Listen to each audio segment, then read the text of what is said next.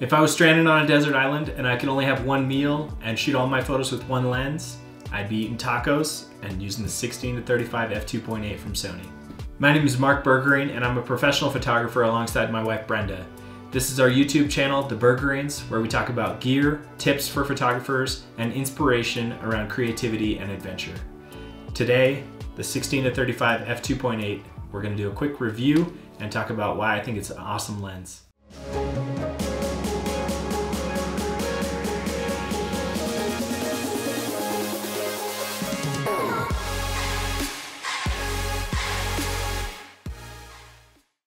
In previous videos, I've talked a lot about the 35mm focal length and some of the options available for Sony. You can check those videos out here.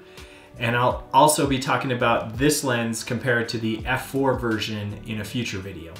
Make sure to subscribe and hit the bell notification so you get notified when we post videos. Over the past decade, as a professional photographer, the 16-35mm focal length has been a staple in my bag. I've shot tens of thousands of images with it, and it's an amazing focal range. The 16-35 f2.8 from Sony is the G Master version. This is the top of the line lens you can get in this focal length.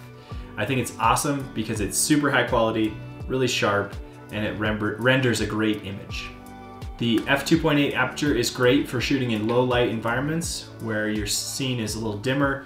Even with the high ISO performance of the Sony cameras, that f2.8 aperture will really help you get the best out of your camera. This lens has amazing color rendition.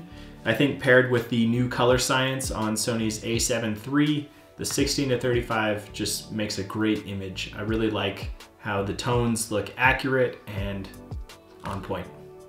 The 16-35mm focal range is extremely flexible.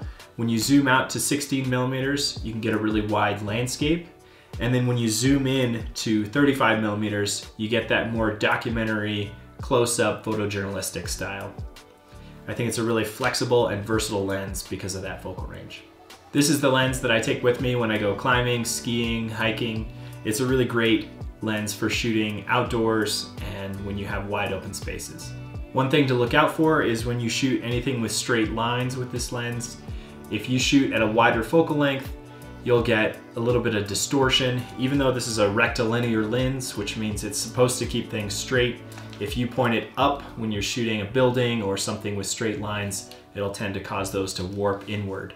So that's just something to be aware of when you're shooting at the wider focal lengths. It's not so much of an issue at 35mm, but when you get out past 24, it starts to become an issue. As you would expect from a G Master lens, it's fully weatherproof and sealed for dust. And I've never had any issues shooting in the rain and snow. It's been extremely durable and always performed as I would expect.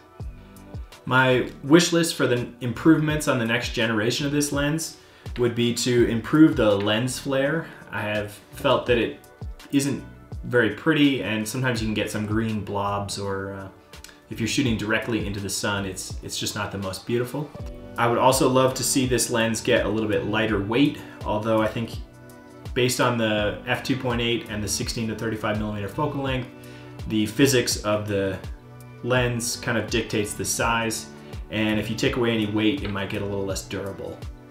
The other thing to note is that if you're going for beautiful bokeh, which isn't really a strong suit of this focal length, but if you are, I would suggest you check out some of the prime lenses like the 35mm f1.8 or the 24mm.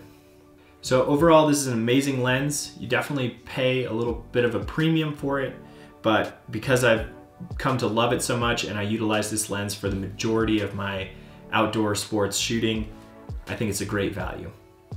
If you look at our websites and our portfolios, both Brenda and I have probably shot the majority of our portfolios with this lens, both on the adventure side and the wedding side of our business. It's an essential lens in our kit. In summary, as you know, I think this is an amazing lens and I think it's a great focal range, and I think that anyone who wants to shoot professionally should check out the 16-35 f2.8 from Sony. I'd love to hear your feedback in the comments below, and don't forget to like and subscribe for more videos and updates.